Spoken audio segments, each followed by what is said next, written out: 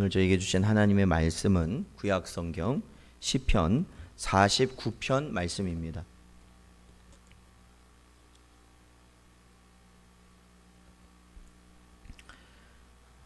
구약성경 시편 49편 말씀입니다.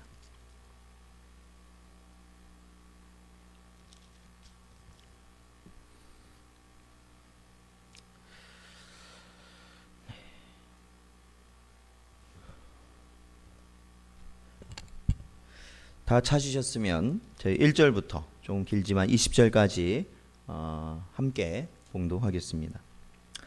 뭇 백성들아 이를 들으라. 세상의 거민들아 모두 귀를 기울이라. 귀천 빈부를 막론하고 다 들을지어다. 내 입은 지혜를 말하겠고 내 마음은 명철을 작은 소리로 읊조리리로다. 내가 비유에 내 귀를 기울이고 수금으로 나의 오묘한 말을 풀리로다. 죄악이 나를 따라다니며 나를 애워싸는 환난의 날을 내가 어찌 두려워하랴.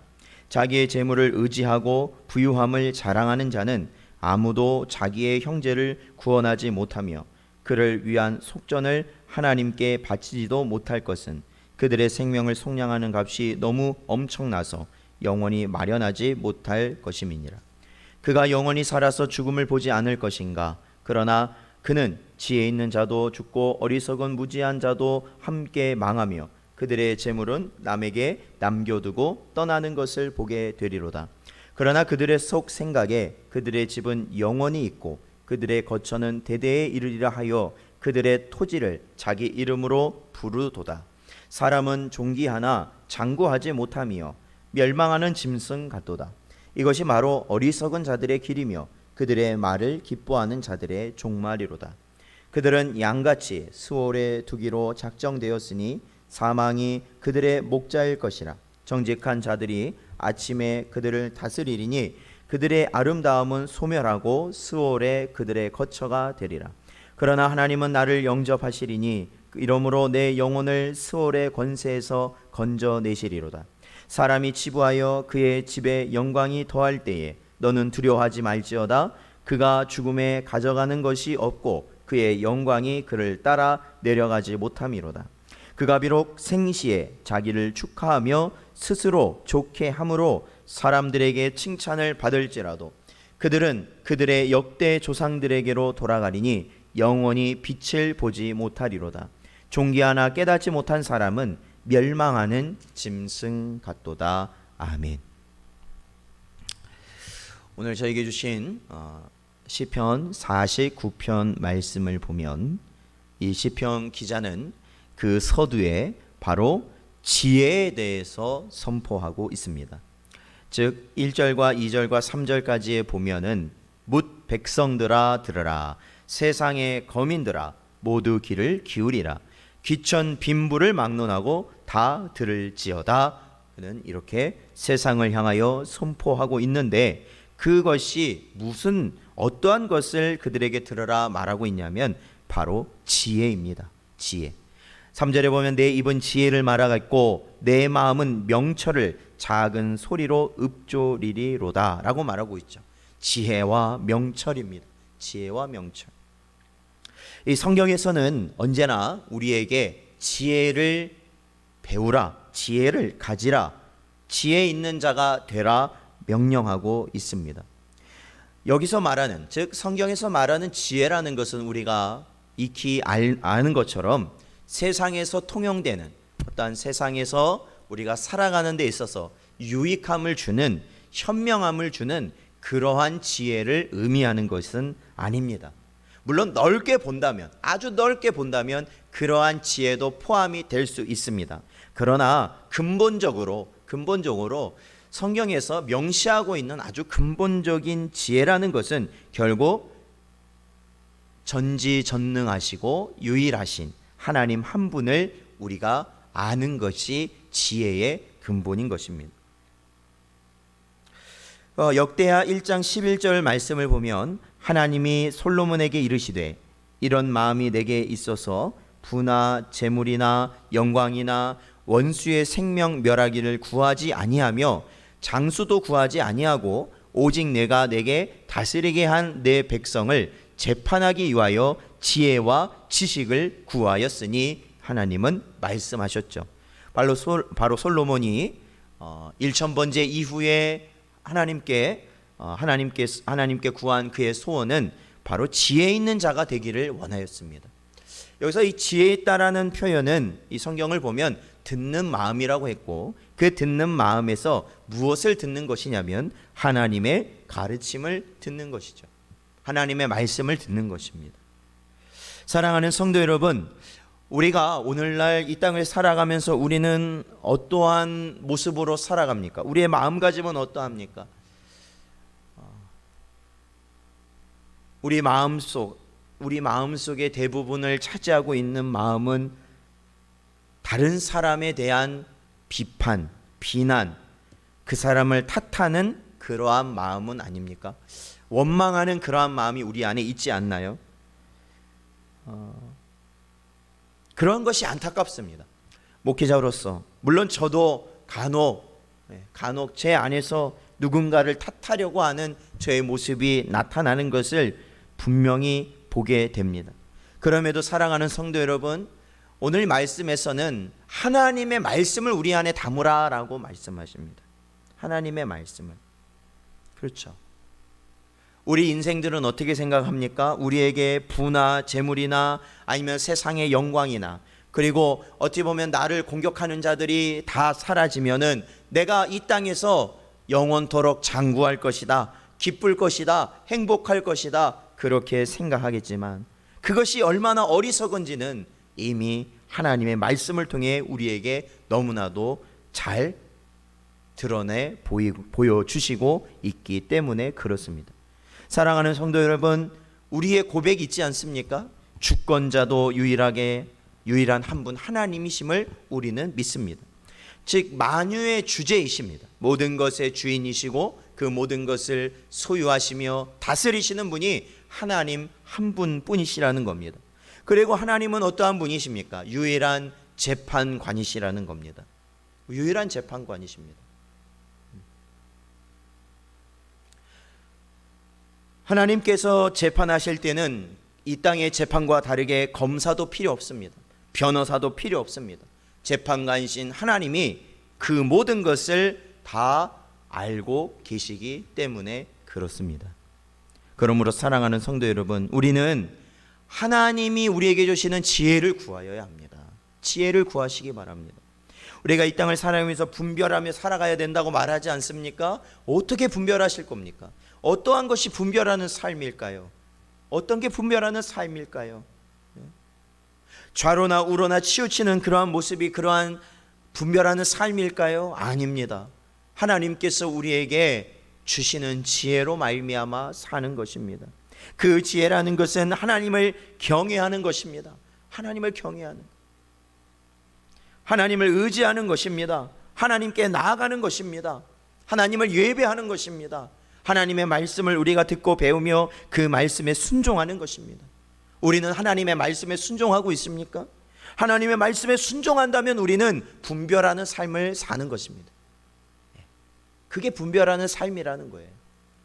어떠한 신비한 초자연적인 능력이 나타나서 일반 사람이 볼 수 없는 것을 영안으로 우리가 그런 걸 보면서 그러한 것을 봤을 때 분별이라는 말을 쓰는 것이 아니라 어떠한 신비한 계시가 내게 주어졌다고 그것이 분별한다는 것이 아니라 하나님의 말씀을 들어서 그 하나님의 말씀, 그 지혜를 가지고 우리가 이 땅에서 말씀대로 살아가는 것이 세상을 분별하며 살아가는 자의 모습이라는 것이죠. 모습이라는 겁니다. 사랑하는 성도 여러분, 언제나 하나님이 주시는 지혜를 구하시기를 축원드립니다. 그리고 하나님이 주신 그 지혜에 순종하며 살아가시기를 또한 축원드립니다. 그 말씀을 들으시고 그 말씀에 순종하시고 우리가 살아가는 그 삶이 어떠한 것이든지 우리는 이 한평생, 그렇죠, 말씀대로 살지 않으면 의미 없는 삶이라는 것 다 알고 있지 않습니까? 말씀대로 살지 않으면 의미 없는 삶이라는 거 여러분 동의하십니까? 이 모든 것이 헛되다라는 걸 여러분 동의하십니까? 이 땅에 누리는 모든 것이 다 가치 없는 것이라는 걸 여러분 동의하십니까?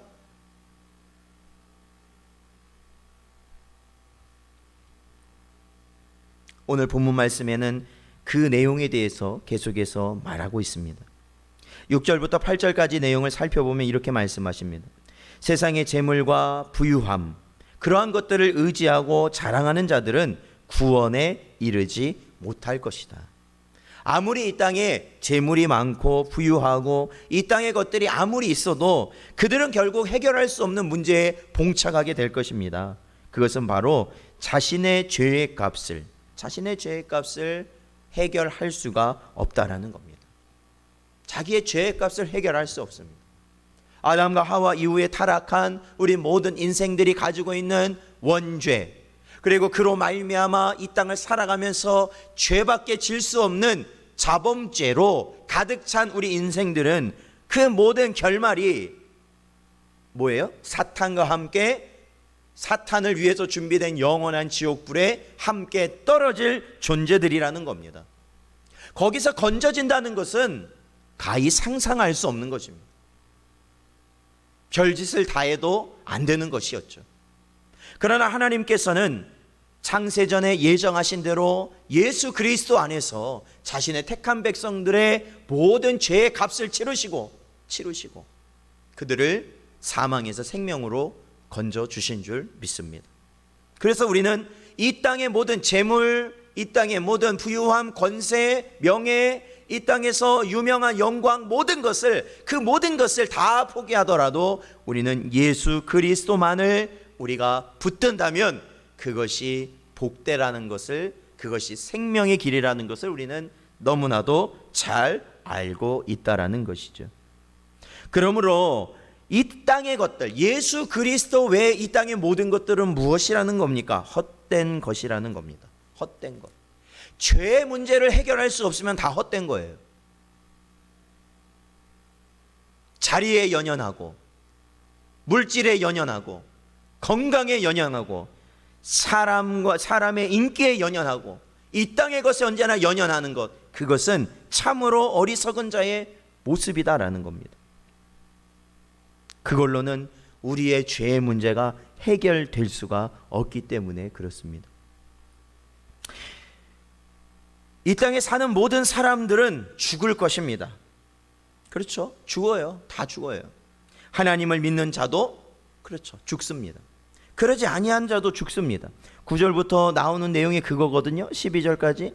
결국에는 뭡니까? 12절에 보니까 사람은 존귀하나 장구하지 못하며 멸망하는 짐승 같도다. 그렇습니다. 다 죽습니다. 다 죽어요. 그 죽음이라는 결과가 왜 우리에게 드려져 있습니까? 바로 죄로 인함이라는 것이죠. 죄의 증거. 우리가 죄의 증거란, 죄인이라는 증거가 어디에 있습니까? 그것 중 하나가 바로 사망, 육신의 사망이 모두에게 드리워졌다라는 겁니다. 그러므로 어리석게 살지 말라 성경은 항상 가르치고 있는 것이죠.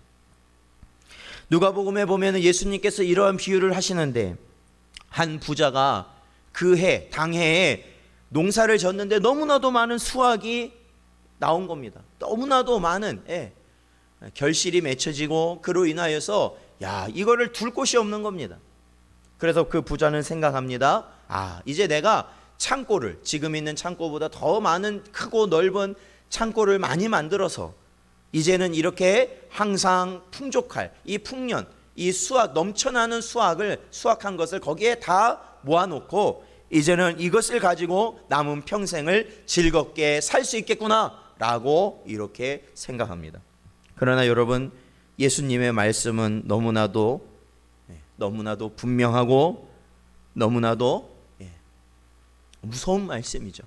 뭐라고 말씀하시는지 아십니까? 누가복음 12장 20절, 그 비유에 대한 예수님의 결론은 그겁니다.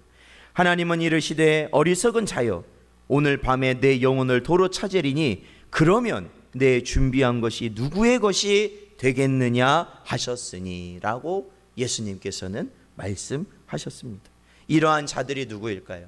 참된 지혜가 없는 자들입니다. 참된 지혜. 여러분, 이 땅의 것이 사라진다고 해서 우리가 망하는 겁니까? 아니잖아요. 망하는 거 아닙니다, 사실은. 보여지는 것이 없어진다고 해서 영원한 것이 없어집니까? 아니죠. 보이는 것이 없어짐으로 인하여서 뭐예요? 마음 졸이고 근심하고 염려하는 것은 바로 세상의 지혜를 가지고 있는 자들의 특징입니다. 그러므로 여러분, 하나님이 우리에게 주시는 지혜를 가져라 라고 오늘 본문은 계속해서 우리에게 말씀하고 있는 것입니다. 오늘 본문 15절 말씀을 볼까요? 15절을 보면 시편 기자는 자신의 영원한 구원을 이루실 분이 바로 하나님이심을 고백합니다. 15절 보니까 그러나 하나님은 나를 영접하시리니 이러므로 내 영혼을 스올의 권세에서 건져내시리로다. 아멘. 그렇습니다. 하나님만이 어떤 분이요? 유일하게 우리를 구원하실 분이라는 겁니다. 사랑하는 성도 여러분, 이제는 바로 봐야 합니다. 지금 우리 눈앞에 있는 약간의 우리에게 유익을 줄 것 같은 세상의 것에 우리의 몸을 맡기고 우리의 생각을 맡기고 우리의 인생을 맡기고 살아간다면 우리는 정말로 더 많은, 더 가치 있는 것을 잃고 말 것입니다. 하나님의 구원을 우리는 생각할 수 없는 그러한 삶을 살게 될 것입니다. 우리가 교인이라고 성도라고 말하면서 정작 우리는 하나님께서 무의미하다고 말씀하신 것을 아직도 붙들으려고 한다면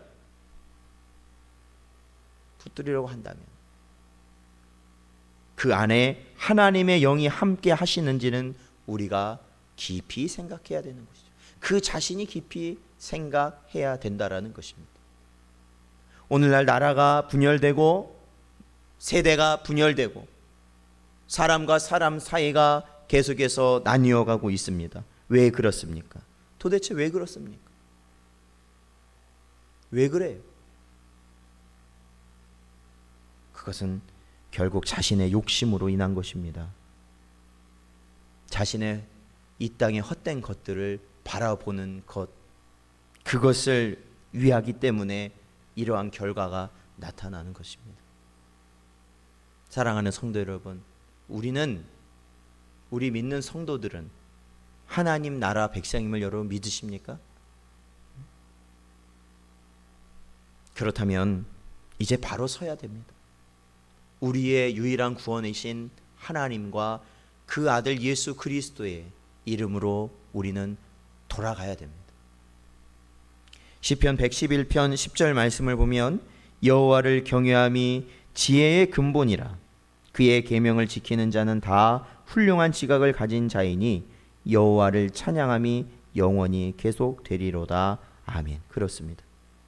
여호와를 경외함이란 두려워하며 사랑하며 존경하는 그러한 마음, 그것이 뭐라고요? 지혜의 근본이다라고 성경은 가르칩니다. 그리고 그러한 지혜의 근본을 가진 자는 누구입니까? 그의 계명을 지키는 자, 그러한 자가 바로 다 훌륭한 지각을 가진다라고 성경은 가르치고 있습니다. 그리고 그러한 자들이 여호와를 영원토록 찬양할 것이다 라고 말씀하고 있습니다. 사랑하는 성도 여러분, 그러므로 우리는 하나님을 경외하며 그 말씀을 읽고 듣고 배워 살아가는, 순종하기에 힘쓰는 삶을 살아가야 합니다. 그러려면 어떻게 해야 될까요? 우리가 바로 우리의 삶이 예배가 되어야 되는 것입니다. 우리가 언제나 예배자가 되어야 되는 것입니다. 오늘날 이 역병의 사태로 인하여서 여러 상황이 많이 힘들어지고 위축되어짐을 볼 수 있습니다. 모든 게 평소와 달라졌습니다. 그러나 여러분, 저는 이러할 때 오히려 하나님께서 자신의 택한 백성들에게 주시는 은혜가 넘친다고 저는 믿습니다. 그것은 바로 예배가 다시 세워지기 때문에 그렇습니다. 세상에 그토록 우리가 힘쓰고 애쓰고 정말로 노력했던 것들이 한순간에 다 무의미한 것들이 되는 상황을 우리는 직접 목도하고 있습니다. 그 모든 것이 얼마나 허망하게 무너지는 것을 우리는 다 목도하고 있습니다. 세상이 아무리 거부하고 세상이 아무리 그걸 부정한다 하더라도 우리는 다 그것을 목도하고 있습니다. 바벨론 탑과같이 그렇게 높고 휘황찬란한 것들이 다 무너진 것을 우리는 지금 목도하고 있습니다. 그렇다면 우리가 이러한 때 세상에 우리가 지금까지 세상에 얽매여서 그러한 것에 우리의 모든 삶을 빼앗겨 나갔던 우리의 삶 가운데 이제는 무엇이 그 빼앗겼던 이제는 그 할 수 없게 된 우리 인생의 빈 공간들을 채워가야 됩니까? 바로 예배라는 겁니다. 예배예요. 여러분, 그래서 여러분의 가정에 예배가 다시 세워지기를 축원드립니다. 예배가 세워지셔야 됩니다. 여러분은 다 전하는 자이고 여러분은 다 듣는 자이고 여러분은 다 순종하는 자가 되어야 되는 겁니다. 돼야 됩니다. 이제는 보여지는 이 예배당 건물로 우리의 신앙을 다 표현할 수가 없습니다. 지금도 보세요. 지금도 모이지 못하잖아요. 그렇다면 우리가 어떻게 해야 될까요? 그것에 주눅이 들고 위축되고 이제 다시 풀리면 그때부터 신앙생활 제대로 해야지? 아니에요. 여러분, 오늘 예배 드리십시오. 꼭 예배 드리십시오. 예배가 없는 평일 예배 드리십시오. 예배 드릴 수 있는 때를 정하시고 여러분 예배 드리십시오. 그리고 우리의 가정을 예수의 영이 함께 하심을 여러분 믿으시고 우리 가정에 하나님의 교회, 우리 가정이 하나님의 교회입니다. 심지어는 그 가족조차 해체돼서 나뉘어졌을 때 나 한 사람이 바로 하나님의 교회 아닙니까? 그러한 심령으로 저희들이 이러할 때 더욱더 힘쓰며 살아가시는 여러분 되시기를 주님의 이름으로 축원드립니다. 기도하겠습니다. 하나님 아버지 감사합니다. 이 한 시간에도 주신 말씀 저희들에게 주셨사오니 언제나 그 말씀대로 살아가게 하여 주시옵시고 언제나 그 뜻에 순종하며 살아가는 저희 모든 심령들 되게 하여 주시옵소서. 아버지 하나님, 역병의 사태로 인하여서 여러 어려움을 겪고 있는 우리 모든 성도들 하나님 아실 줄 압니다. 그들을 눈동자와 같이 보호하여 주시고 인도하여 주시옵소서. 주께서 언제나 함께하여 주시길 간절히 바라오며 예수님의 이름으로 기도하옵나이다. 아멘. 주기도문